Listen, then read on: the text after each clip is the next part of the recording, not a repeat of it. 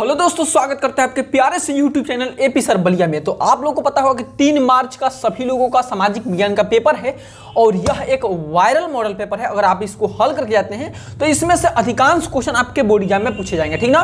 तो आज के वीडियो में काफी आप लोग के इंपोर्टेंट होने वाला है अगर आप भी 3 मार्च के पेपर देने वाले हैं। देखिए एकदम बिल्कुल एकदम पेपर की तरह 3 घंटा 15 मिनट का समय भी रहेगा। सभी प्रश्न अनिवार्य रहेंगे करना प्रश्न के 15 मिनट परीक्षार्थियों को पढ़ने के लिए। चलिए सीधे क्वेश्चन को हम स्टार्ट करते हैं। सबसे पहले आपको ओमार सीट पे जैसे पहले के परीक्षा होते थे, जैसे बोर्ड एग्जाम में बीत चुका है जो परीक्षा हिंदी इंग्लिश के जो भी ओमार सीट पे होते थे, अब आप लोग को समझाने की जरूरत नहीं है। देखिए इसमें खंड अ में बहुविकल्पी प्रश्न है। इसमें पूछा जाएगा कि निम्न में से कौन सा 1815 की वियना संधि से संबंधित है। वियना संधि से संबंधित है तो पहला ऑप्शन है बिस्मार्क, नेपोलियन, ड्यूके मेटरनिख, जिउसेपे मैत्सिन। आप लोग को पता होगा तो आप लोग आंसर जरूर बताइएगा इसको देखने से पहले ही कमेंट में। ऑप्शन नंबर होगा नेपोलियन। नेक्स्ट क्वेश्चन पे बढ़ते हैं। देखिए अगला क्वेश्चन कि सत्ता की साझेदारी के बेल्जियम मॉडल का मुख्य महत्व क्या है। आप लोग को हम ट्रिक भी बताएंगे कि कैसे बोर्ड एग्जाम में सामाजिक विज्ञान में लिखेंगे कि पास हो जाएंगे, ठीक ना। पास होने का ट्रिक का वीडियो भी आएगा, ठीक ना। महत्व क्या है, ठीक ना। तो ऑप्शन नंबर है कि सभी जातीय समूह से उनकी आबादी के अनुसार शक्ति साझा की गई। सभी जातीय समूह से उनकी आबादी के अनुसार शक्ति साझा नहीं किया गया। संप्रदायों के समान प्रतिनिधित्व दिया गया। उपयुक्त में से कोई नहीं। तो आप लोग को पता होगा कि संविधान के अनुसार सभी संप्रदायों को समान प्रतिनिधित्व दिया गया, ठीक ना। ऑप्शन क्लिक होगा। चलिए नेक्स्ट टॉपिक पर बढ़ते हैं। देखिए तीसरा नंबर क्वेश्चन है कि 1928 से 1934 के बीच भारत में गेहूं की कीमत 50% तक क्यों गिर गई, ठीक ना। बाढ़ के कारण, सूखे के कारण, महामंदी के कारण, उपयुक्त में से कोई नहीं। तो ऑप्शन नंबर 100 होगा महामंदी के कारण। नेक्स्ट क्वेश्चन पर बढ़ते हैं कि ब्रिटेन वुड्स नामक संस्थान निम्नलिखित में से कहाँ स्थित है, ठीक ना। अमेरिका में, यूरोप में, अफ्रीका में, इनमें से कोई नहीं। तो इसमें कहाँ होगा, अमेरिका में। कहाँ पे होगा, अमेरिका में। नेक्स्ट टॉपिक पे चलते हैं। अगला क्वेश्चन है पांचवा क्वेश्चन कि निम्नलिखित में से कौन सा लक्षण संघीय सरकार के संबंधित नहीं है। कठोर संविधान, शक्तियों का केंद्रीकरण, संघ एवं राज्यों के मध्य शक्तियों का विभाजन, सर्वोच्च न्यायालय। तो ये कठोर संविधान है ना, यही नहीं है, ठीक ना। ऑप्शन नंबर कौन सा, पहला, ठीक। नेक्स्ट टॉपिक पे चलते हैं। अगला टॉपिक है कि निम्नलिखित में से सामाजिक विभाजन का कारण क्या है। निम्नलिखित में से सामाजिक विभाजन का कारण क्या है। धर्म, भाषा और वह दोनों, उपयुक्त में से कोई नहीं। तो सामाजिक का विभाजन यानी कैसे बांटा जा रहा है, तो धर्म के आधार पर भी और भाषा के आधार पर भी। कह रहे आप तो ये है तो धर्म जान ही रहे कि धर्म 2 भागों से बट रहा है, एक भाषा और एक धर्म, ठीक ना। तो इसका क्या हो जाएगा, और ब दोनों, यानी 100 ऑप्शन। नेक्स्ट टॉपिक पे चलते हैं कि यदि हम लैंगिक विभाजन की बात करते हैं तो उसका अर्थ होता है पहला ऑप्शन समाज में स्त्री और पुरुष की असमान भूमिका, स्त्री और पुरुष के मध्य जैविक भिन्नता, बालक और बालिकाओं की संख्या में समानता, उपयुक्त में से कोई नहीं। तो आपका ऑप्शन नंबर कौन सा होगा, इसमें पहला ऑप्शन होगा कि समाज में स्त्री और पुरुष की असमान भूमिका। नेक्स्ट टॉपिक पे चलते हैं।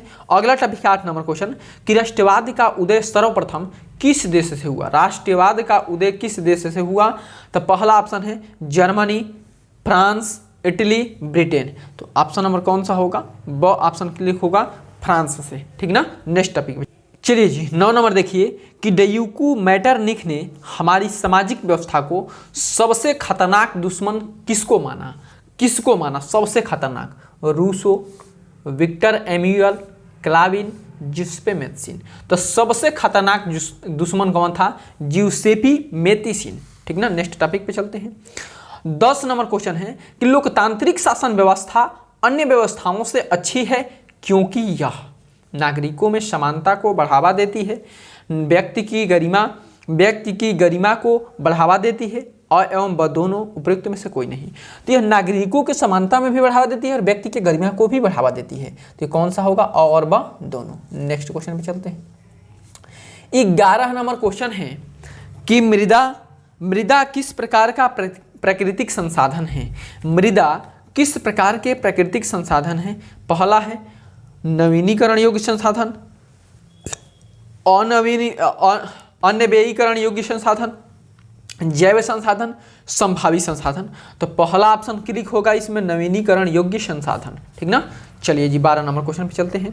निम्नलिखित में से पंजाब में भूमि संकुचन के मुख्य कारण क्या है? भूमि संकुचन के मुख्य कारण क्या है? पहला है गहन खेती, अधिक सिंचाई, वनोन्मूलन, अति पशुचारण। ठीक ना, तो इसमें कौन सा होगा? 12 नंबर में ब होगा कौन सा? अधिक सिंचाई। पंजाब में जो भूमि के संकुचन का मुख्य कारण था वो अधिक सिंचाई था। नेक्स्ट टॉपिक पे चलते हैं कि भारत के किस राज्य की शिशु मृत्यु दर निम्नवत है? शिशु दर निम्नवत है यानी कि किस राज्य में सबसे ज़्यादा बच्चे मरते हैं? ठीक ना, सबसे कम बच्चे मरते हैं। ठीक, तो इसका कौन सा होगा? तो केरल में, बिहार में, पंजाब में, हरियाणा में। तो केरल में सबसे शिशु कम ज़्यादा मरते हैं। ठीक ना, चलिए जी 14 नंबर क्वेश्चन, सार्वजनिक एवं निजी के क्षेत्र में किस आधार पर वर्गीकृत किया गया? किस आधार पर? देखिए सार्वजनिक एवं निजी क्षेत्र के किस आधार पर वर्गीकृत किया जाता है, तो इसमें ऑप्शन नंबर कौन सा होगा? उद्यम का स्वामित्व। ठीक ना, नेक्स्ट टॉपिक पे चलते हैं। ऐसे अगर आप लोग अच्छे तरीके से तैयार करके चले जाते हैं ना, तो बोर्ड परीक्षा में बहुत सारे क्वेश्चन देखने को मिलेगा। और सामाजिक विज्ञान के क्वेश्चन भाई याद नहीं किया था, आप सब फिर बता रहे हैं।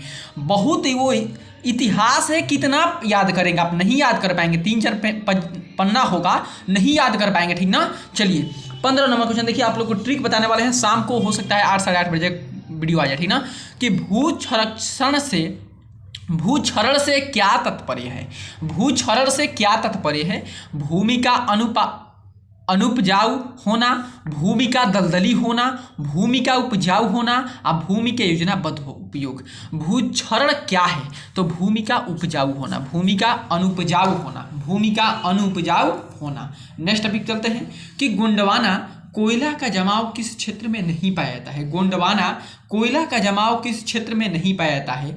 दामोदर घाटी, सोन घाटी, महामंदी घाटी, चंबल घाटी। तो ऑप्शन नंबर द होगा चंबल घाटी। नेक्स्ट टॉपिक पे चलते हैं। अगला है 17 नंबर कि भूमिहीन ग्रामीण मजदूरों के लिए सबसे अधिक उपयुक्त विकास का लक्ष्य कौन सा है? उपज के ज्यादा समर्थ मूल्य में? नहीं नहीं नहीं नहीं। वह अपने बच्चों को विदेश में बसा सके? पैसा है ही नहीं है, आप खेती करने में पैसा तो विदेश में कहाँ से बसा देंगे? अधिक मजदूरी, हाँ जी, उनको यही चाहिए कि उनको अधिक से अधिक मजदूरी मिले। ठीक ना, चलिए नेक्स्ट टॉपिक पे चलते हैं। 18 नंबर, निम्नलिखित में से कौन सा व्यापार अवरोधकों का लक्षण नहीं है? अवरोधकों का लक्षण नहीं है, तो ऑप्शन नंबर इसमें होगा विश्व व्यापार संगठन व्यापार अवरोधकों को बढ़ावा देता है। ऑप्शन सही होगा। नेक्स्ट टॉपिक पे चलते हैं। 19 नंबर कि निम्नलिखित में से कौन सा परंपरागत ऊर्जा का स्रोत नहीं है? कौन सा परंपरागत ऊर्जा का स्रोत नहीं है? कोयला, भूतापीय ऊर्जा, अ एवं ब दोनों, द उपयुक्त सभी। तो ऑप्शन नंबर इसमें कौन सा होगा? ब भूतापीय ऊर्जा। नेक्स्ट टॉपिक चलते हैं। 20 नंबर क्वेश्चन कि वैश्वीकरण का बहुराष्ट्रीय कंपनियों का निवेश पर क्या प्रभाव पड़ा? बहुत प्रभाव पड़ा मेरे भाई। क्या हो गया? नंबर सही होगा कि बहुराष्ट्रीय कंपनियों को आगमन से लोगों के आर्थिक स्थिति सुधार हुई चाहे सुदृढ़ हुई। ठीक ना, वैश्वीकरण कंपनियां जब आई तो लोगों की आर्थिक स्थिति यानी उसमें काम रोजगार मिलने लगा, उनसे पैसा मिलने लगा, आर्थिक स्थिति सुधर गया। नेक्स्ट टॉपिक आपका क्या आएगा देखते हैं। चलिए जी खंड ब पे चलते हैं। पूरा वीडियो देखिए और एक ट्रिक का वीडियो आएगा, उसका कमेंट कीजिएगा कि वो वीडियो लाए या ना लाए। ट्रिक का किसी भी क्वेश्चन को आप हल कर सकते हैं बिना पढ़े। ठीक ना, चलिए इसमें पहला क्वेश्चन दिया कि प्रथम विश्व युद्ध के पश्चात होने वाली महामंदी के कारणों की समीक्षा कीजिए। अर्थात अथवा में कहा है कि ये या नहीं तो ये 1923 से 1934 के मध्य होने वाली महामंदी के भारतीय अर्थव्यवस्था पर पड़ने वाले प्रभावों की समीक्षा कीजिए। ठीक ना, दोनों में से कोई एक करना है जिसके लिए आपको 4 अंक प्राप्त होगा। ठीक, नेक्स्ट टॉपिक पे चलते हैं। दूसरा नंबर देखिए कि सत्ता की साझेदारी लोकतंत्र की आत्मा है, इस कथन को विवेचना कीजिए। चाहे जाति में राजनीतिक एवं जाति में भूमिका का विवेचना कीजिए। बहुत आसान क्वेश्चन है, आराम से आप लोग को लिखना है। जो भी जातिगत है ये सामाजिक यानी समाज के बारे में लिखना है। ठीक ना, चलिए अगला देखिए। तीसरा नंबर कि आर्थिक विकास के लिए ऊर्जा आधारभूत आवश्यकता है, इस कथन के परिप्रेक्ष्य में ऊर्जा संरक्षण हेतु अपनाए जाने वाले उपायों पर अपना मत स्पष्ट कीजिए। अथवा में कहा ये या नहीं तो ये, दोनों मत लिख देना। कोई चालाक होता है ढेर की दोनों लिख देंगे तो 8 नंबर मिल जाएगा। नहीं भाई, परिवहन तथा संचार के साधन किसी भी देश को जीवन रेखा तथा अर्थव्यवस्था क्यों कहे जाते हैं, तर्क सहित उत्तर दीजिए। दोनों में से कोई एक करेंगे तो दोनों के लिए आपको मिलेगा 4 नंबर, दोनों में से कोई एक को 4 नंबर क्वेश्चन देखिए। 4 नंबर के 4 क्वेश्चन आएंगे कि बहुराष्ट्रीय कंपनियों अपने उत्पाद के उत्पादन लागत कम बनाए रखने के लिए किस प्रकार का प्रबंधक करती है विवेचना कीजिए। चाहे अच्छा बाजार के प्रमुख लक्षणों को संक्षिप्त कीजिए। ये तो क्वेश्चन 100% आप लोग को अच्छे से पढ़कर जाइएगा, हो सकता है कि आ जाए, ठीक ना। चलिए नेक्स्ट टॉपिक पे चलते हैं। चलिए यहाँ से वर्णनात्मक उत्तर अब 150 शब्दों में लिखना है आपको, और जो यहाँ से 6 नंबर का क्वेश्चन पूछा जाता है, ठीक ना। चलिए कि महात्मा गांधी द्वारा चलाए जाने वाले असहयोग आंदोलन को क्या कारण थे, इसके उन्हें क्यों स्थगित कर दिया गया। महात्मा गांधी से 6 नंबर में एक क्वेश्चन एकदम कंप्लीटली आएगा, ये हमारा कहना है, आप लोग पढ़ो या ना कहो, ठीक ना। असहयोग आंदोलन आए, चाहे जो महात्मा गांधी के सविनय आंदोलन आए, सत्याग्रह, नमक आंदोलन आए, लेकिन आएगा जरूर एक क्वेश्चन। कितने नंबर का, 6 नंबर का। ये करो और नहीं तो ये करो कि सत्याग्रह का क्या अर्थ है, सत्याग्रह पर महात्मा गांधी का क्या विचार था, दोनों में से कोई एक करना है, ठीक ना। 6 नंबर क्वेश्चन देखिए कि लोकतांत्रिक सुधार क्या है, क्या अर्थ है, इसके लिए उठाए जा सकने वाले किन्हीं 4 कदमों का उल्लेख कीजिए। तो ये करो, और नहीं तो वैध शासन का क्या अर्थ है, लोकतंत्र किस प्रकार उत्तरदायी, जिम्मेदार एवं वैध सरकार का गठन करता है, दोनों में से करोगे तो आपको 6 नंबर मिलेगा, ठीक ना। यानी कि 6 नंबर के भी 1 2 3 4 क्वेश्चन पूछे जाएंगे। कितने क्वेश्चन, 4 क्वेश्चन। 7 नंबर क्वेश्चन देखिए कि वैश्वीकरण का क्या अर्थ है, भी 100% लगा लीजिएगा। वैश्वीकरण, वैश्वीकरण का क्या अर्थ है, वैश्वीकरण का कृषि पर पड़ने वाले प्रभावों का वर्णन कीजिए। ये नहीं तो भारत में पाए जाने वाले मोटे अनाजों का उल्लेखन करते हुए इन अनाजों का पैदावार के लिए उपयुक्त भौगोलिक परिस्थितियां का वर्णन कीजिए। 6 मार्क्स मिलेगा। दोनों में से कोई मात्र एक ही करना है, ठीक है। 6 कीजिए या 7वां में, दोनों में से कोई एक करना है। हर एक क्वेश्चन में आपको 2 क्वेश्चन दिए होंगे, दोनों में से एक। 8वां में देखिए कि असंगठित क्षेत्र के श्रमिक सामाजिक भेदभाव की भी शिकार है, क्या आप इस कथन से सहमत है, कारण सहित लिखिए, ठीक ना। चाहे ये कि मानव विकास सूचक क्या है, मानव विकास नापने वाले मूलभूत अवयवों का वर्णन कीजिए। दोनों में से कोई एक करेंगे तो 6 नंबर, ठीक ना। नेक्स्ट टॉपिक है, ये क्या है हमारा नेक्स्ट टॉपिक कि मानचित्र भरने के लिए निम्नलिखित कथनों में भारत का रेखा मानचित्र चिन्ह द्वारा नाम सही दर्शाइए। सही नाम और सही अंक के लिए 1/2। आप सही अगर दर्शाते हैं ऐसे तो 1/2 यानी आधा नंबर, और उसका नाम लिख देते हैं तो 1/2 यानी आधा नंबर। तो 5 क्वेश्चन दिए, बहुत से क्वेश्चन। हमको उम्मीद है कि हम जब पेपर दे रहे थे तो थोड़ा सा कन्फ्यूज हुए थे कि नीचे वाला क्या है, तो आप लोग को केवल ये वाला हल करना है। नीचे वाला उसके लिए होता है जिनकी आंखों से दिखाई न दे, ठीक ना। आप लोग इसको ना हल कीजिएगा। यही क्वेश्चन ऊपर वाला भी है, यही क्वेश्चन नीचे वाला भी है, तो इसको छोड़ देना, ठीक ना। इस तरीके से पूरा वीडियो को समझ में आ गया होगा। तो चैनल को सब्सक्राइब कीजिए, वीडियो को लाइक कीजिए, अपने दोस्तों से शेयर कीजिए और वीडियो पर लगातार बने रहिए सामाजिक ज्ञान के लिए।